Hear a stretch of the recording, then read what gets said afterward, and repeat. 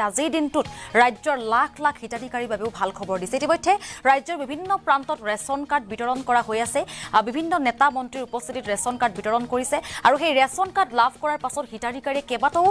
বৃহৎ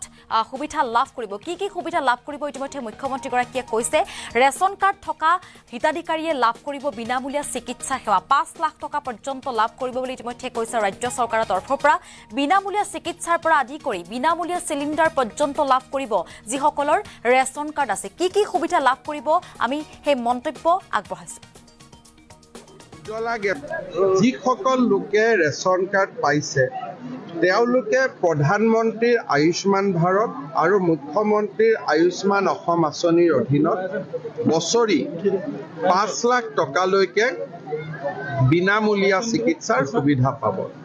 লগতে তেওঁলোকক আমি উজ্জ্বলা গেছৰো হিতাধিকাৰী কৰিম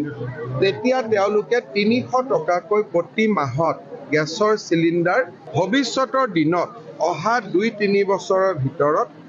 আমি এই ৰেচন কাৰ্ড থকা পৰিয়ালৰ মুৰব্বীজনক প্ৰধানমন্ত্ৰী বীমা দুৰ্ঘটনা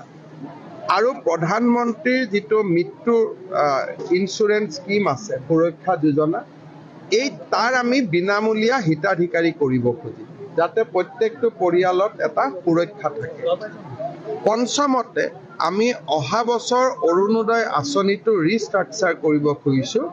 যাতে প্ৰত্যেক ৰেচন কাৰ্ড থকা পৰিয়ালত লাহে লাহে আমি অৰুণোদয় আঁচনি দিব পাৰোঁ তাৰমানে অসমত 52 লাখ পৰিয়ালৰ হাতত ৰেচন কাৰ্ড আছে 52 লাখ অৰুণোদয় একেবাৰে নহ'ব কিন্তু 2-3 লাখকৈ যদি প্ৰতি বছৰে আমি হিতাধিকাৰী বঢ়াই যাওঁ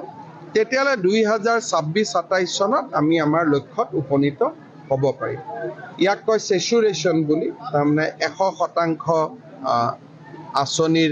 সফলতা এই দিশত এতিয়া ৰেচন কাৰ্ড সন্দৰ্ভত মুখ্যমন্ত্ৰীয়ে কৰা মন্তব্য আমি ইতিমধ্যে আপোনালোকক আজিৰ দিনটোত কেইবাটাও ভাল খবৰ দিছো মুখ্যমন্ত্ৰীয়ে যেহেতু আজিৰ দিনটোত কেইবাটাও বৃহৎ ঘোষণা কৰিছে লাখ লাখ হিতাধিকাৰীৰ বাবে লগতে লাখ লাখ নিবনুৱাৰ বাবে আজিৰ দিনটোত কেইবাটাও বৃহৎ ঘোষণা কৰিছে ইতিমধ্যে জনাইছো